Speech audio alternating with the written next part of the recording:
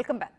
గత 2 రోజులుగా కురుస్తున్న భారీ వర్షాలకి ఖమ్మం జిల్లా కూసుమంచిలోని పాలేరు రిజర్వాయర్కి వరద నీరు చేరింది. నీటి ఉధృతి కారణంగా ఖమ్మం సూర్యాపేట జాతీయ రహదారి మున్నేరు వాగును మంత్రి పొంగులేటి శ్రీనివాసరెడ్డి బైక్పై పర్యవేక్షించారు. ఇక వరదలో 3 వ్యక్తులు కొట్టుకుపోగా ఒక్కరిని రెస్క్యూ టీం కాపాడింది. మిగతా 2 ఆచూకీ కోసం గాలిస్తున్నారు.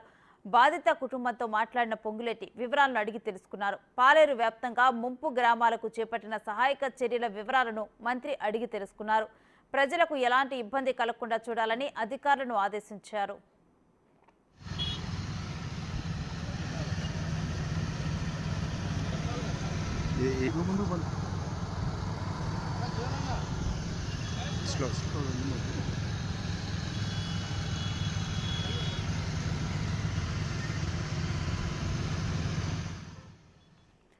గత 2 రోజులుగా కూడా కురుస్తున్న భారీ వర్షాలకి ఖమ్మం జిల్లా కూసుమంచిలోని పాలేరు రిజర్వాయర్కి వరద నీరు భారీ ఎత్తున చేరింది. ఇక నీటి ఉధృతి కారణంగా ఖమ్మం సూర్యాపేట జాతీయ రహదారి మున్నేరు వాగుని మంత్రి పొంగులేటి శ్రీనివాసరెడ్డి బైక్పై పర్యవేక్షించారు. ఇక వరదలో 3 వ్యక్తులు కొట్టుకుపోగా ఒకరిని రెస్క్యూ టీం కాపాడింది. మిగతా 2 ఆచూకీ కోసం ప్రస్తుతం గాలిస్తున్నారు.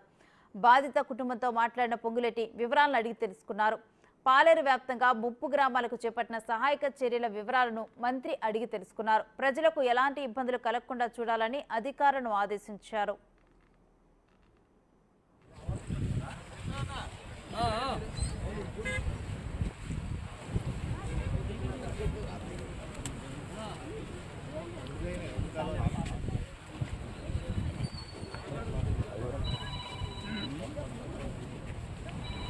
పునరావాసాలకు ఏర్పాటు చేశారా?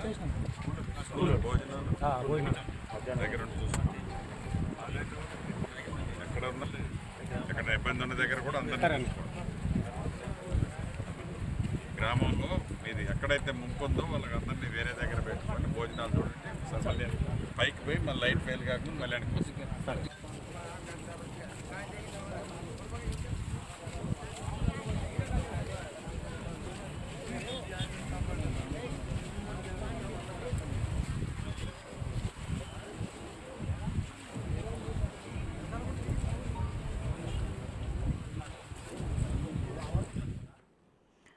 గత 2 రోజులుగా కురుస్తున్న భారీ వర్షాలకు ఖమ్మం జిల్లా కూసుమంచిలోని పాలేరు రిజర్వాయర్కి వరద నీరు చేరింది. నీటి ఉధృతి కారణంగా ఖమ్మం సూర్యాపేట జాతీయ రహదారి మున్నేరు వాగుని మంత్రి పొంగులేటి శ్రీనివాసరెడ్డి బైక్పై పర్యటించారు. ఇక వరదలో 3 వ్యక్తులు కొట్టుకుపోగా ఒకరిని రెస్క్యూ టీం కాపాడింది. మిగతా 2 ఆచూకీ కోసం గాలిస్తున్నారు. అయితే బాధిత కుటుంబంతో పొంగులేటి మాట్లాడారు. వివరాలను అడిగి తెలుసుకున్నారు. పాలేరు వ్యాప్తంగా ముంపు గ్రామాలకు చేపట్టిన సహాయక చర్యల వివరాలను కూడా మంత్రి అడిగి తెలుసుకున్నారు. ప్రజలకు ఎలాంటి ఇబ్బందులు కలగకుండా చూడాలని అధికారులను ఆదేశించారు.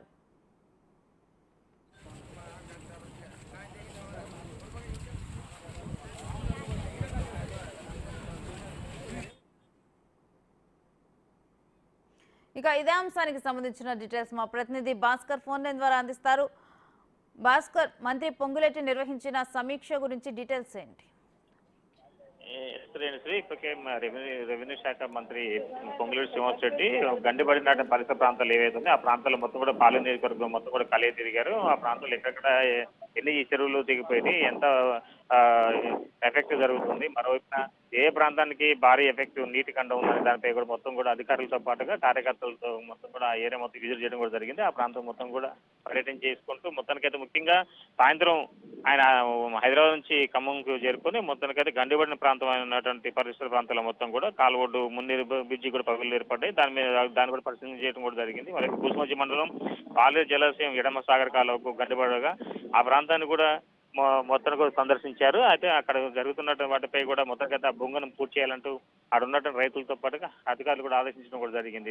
మొత్తానికైతే మరోవైపు మల్లాయిగూడెం పంచాయతీ శివారు హత్యాతండ సమీపంలో పెద్ద కాలు గండిపడడంతో రోడ్డు మొత్తం కూడా రోడ్డుపై కూడా ఒకసారిగా వరద నీరు చేయడంతో ఆ ప్రాంతాన్ని కూడా సందర్శించి ఊరి పక్కన ఉన్నటువంటి పాలేరు నీటిలోకి ఒకసారి వరద ఉధృతి తాకిడి రావడంతో ఒక దిగువ ప్రాంతానికి కూడా ఎఫెక్ట్ ఉంటుందేమో అన్నట్టుగా ఎక్కడికక్కడికి ఆ సమీపంలో పాలేరు రిజర్వాయర్కి ఉన్నటువంటి చిన్నపాటి తూముల నుంచి కావచ్చు, మరోవైపున కొన్ని విలేజ్ల నుంచి కూడా అంటే పాలేరు రిజర్వాయర్ అనేది సుమారు ఒక 100 ఎకరాల వరకు ఉన్నటువంటి రిజర్వాయర్ కనుక మొత్తం ఆ ప్రాంతంలో సమీపంలో ఉన్న రోడ్ సైడ్ మెయిన్ రోడ్ కాకుండా మిగతాకెళ్ళి అంటే గుస్మంచి మండలం మిగతా వేరే సైడ్కి ఆ చెరువుకు గండిపడిన ప్రాంతంలో వాటిని జాగ్రత్తగా వాటిని అలుగులు మూసేయాలంటూ అది అధికారులు ఆదేశించడం కూడా జరిగింది. ఫలితంగా చూసుకుంటే మాత్రం ఒక పాలేరుకు ప్రమాదం పొంచుందన్న తరుణంలో ఒక్కసారిగా పొంగులేటి యొక్క ఆదేశానుసారం మిగతా పై ఎత్తు ప్రాంతాల నుంచి నీరు పాలేరు రిజర్వాయర్లకు రాకుండా ఉండే విధంగా అడ్డికట్టలు వేయడం కూడా జరిగింది. మరోవైపున ఒకవేళ పాలేరు వాగుకి రిజర్వాయర్ కనుక ఒక్కసారి డ్యామేజ్ పడితే ఒక్కసారిగా ఆ ప్రాంతం అంతా నేషనల్ హైవేకి తాకిడి పడే అవకాశం ఉంది. ఇప్పటికే పలు ప్రాంతాలలో national highway to Khammam to సూర్యాపేటకి వెళ్ళే ప్రధాన రహదారులు కొన్ని బ్రిడ్జిలు చట్టాలు కుంగిపోయిన నేపథ్యం అయితే ఉంది. దాంతో భాగంగానే పొంగులేటి అలర్ట్ చేసేసి మొత్తం అధికారులతో పాటుగా ఈ యొక్క రాకపోకలు నీటిని నిషేధించాలంటూ కూడా చెప్పడం కూడా జరిగింది. మరోవైపు చూసుకుంటే వ్యవసాయ శాఖ మంత్రి తుమ్మల నాగేశ్వరరావు కూడా ఖమ్మంలో ఉన్నటువంటి పలు ప్రాంతాలు లోతట్టు ప్రాంతాలు కాలవడి కావచ్చు, ప్రకాష్ నగర్ కావచ్చు, వాళ్ళు కళ్ళు తిరుగుతూ ఉన్నారు. సహాయ చర్యలపై కూడా ఆరాధిస్తున్న నేపథ్యం ఉంది. అయితే ఈ కాసేపటి క్రితమే అంటే ప్రకాష్ నగర్ లో ఉన్నటువంటి మునీర్ నది పైన 9 మంది జాలర్లతో పాటుగా మరికొంత వర్కర్స్ అక్కడ చిక్కుకుపోయిన నేపథ్యం ఉంది. దాంతో పాటు వాళ్ళందరూ కూడా సురక్షితంగా ప్రాంతాలు తరలించాలంటూ అధికారులు ఆదేశించడం కూడా జరిగింది. అయితే ఆంధ్ర నుంచి ప్రత్యేకంగా చాపర్ రావాల్సి ఉండగా అక్కడ వైజాగ్ నుంచి విజయవాడకు వచ్చిన తర్వాత అక్కడ ప్రతికూల వాతావరణం లేకపోవడంతో ఇక్కడ అంతా కూడా చాపర్ కూడా రావడం లేట్ రాజధాని మిషన్ వెళ్ళడంతో అది వరద తగ్గుతుంది. మరోవైతే ఇప్పటికే మధ్యాహ్నం సాయంత్రం వరకు కూడా 40 అడుగుల పైకి ఉన్నటువంటి మున్నేరు వరద వస్తుంది. కాసేపు క్రితమే కాస్త 4 అడుగుల మేరకు తగ్గుముఖం పట్టింది.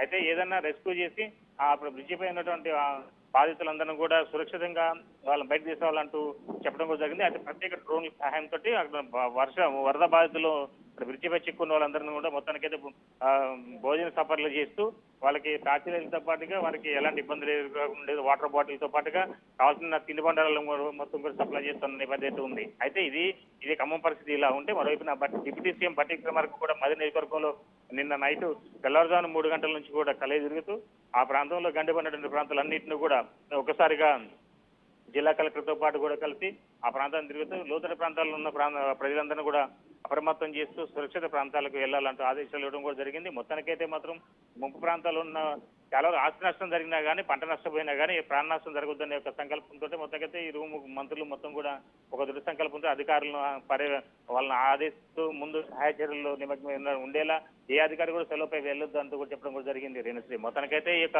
గత 40 సంవత్సరాలు లేనడో లేని విధంగా ఒక్కసారిగా ఖమ్మం జిల్లాపై వరుణుడు తన ప్రతాపం చూపెట్టడంతో ఉగ్ర రూపం దాల్చింది. మొత్తంగా ఖమ్మం జిల్లాకి సమీపంలో ఎటువైపు కూడా రాకపోకల్లో మొత్తం టోటల్గా స్తంభించిపోయినాయి. ఒకవైపున ఖమ్మం టు హైదరాబాద్ వెళ్ళాలన్నా కానీ, ఖమ్మం టు విజయవాడ వెళ్ళాలన్నా కానీ, లేదా ఖమ్మం టు సత్తపల్లి లేదా భద్రాచలం వెళ్ళాలన్నా కూడా ఏ ప్రాంతానికి వెళ్ళాలన్నా కూడా కనీసం రాకపోకలు మొత్తం కూడా ఎక్కడెక్కడ స్తంభించిపోవడంతో రోడ్లు మొత్తం కూడా దెబ్బతిని కట్టాయి కోతకు గురి కావడంతో ఎక్కడ కూడా ఖమ్మం రావాలన్నా కానీ, ఖమ్మం నుంచి బయటకు పోవాలన్నా కానీ రాలేని పరిస్థితి నెలకొందని చెప్పుకోవచ్చు.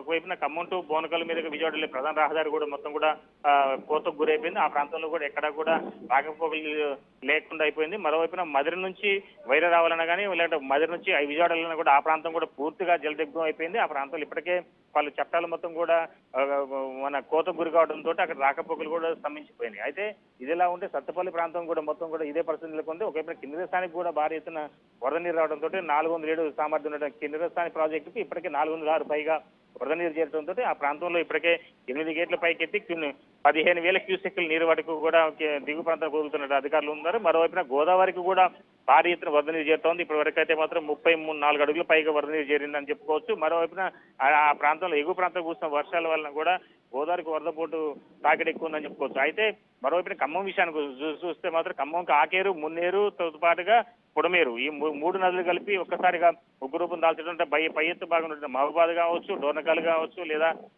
పై భాగంలో పాకాల చెరువు ఒక్కసారిగా ఒక వరద ఉధృతి ఎక్కువ ఉన్న నేపథ్యంలో ఆ ప్రాంతం అంతా వరదలు ఎక్కువ ఉంటుంది. ఆ ఎఫెక్ట్ అంతా కూడా మున్నేరుపై పడింది. ఆ మున్నేరుపై పడిన తర్వాత మున్నేరుకి ఒక్కసారిగా వరద తాకిడి రావడంతో క్షణంలోనే ఒక్కసారిగా వరద ఉధృతి ఎక్కువ ఉందని చెప్పుకోవచ్చు. ఫలితంగా చూసుకుంటే మాత్రం భారీగా ఆశ్రయించడం జరిగింది. ఖమ్మం నగరంలో మాత్రం చాలా వరకు కూడా వివిధ ప్రాంతాలకు వరద వ్యాపించడంతో చాలా వరకు ప్రాంత ప్రజలు మొత్తం ముంపు ప్రాంత ప్రజలు మొత్తం కూడా నిరసనకు మీరని చెప్పుకోవచ్చు.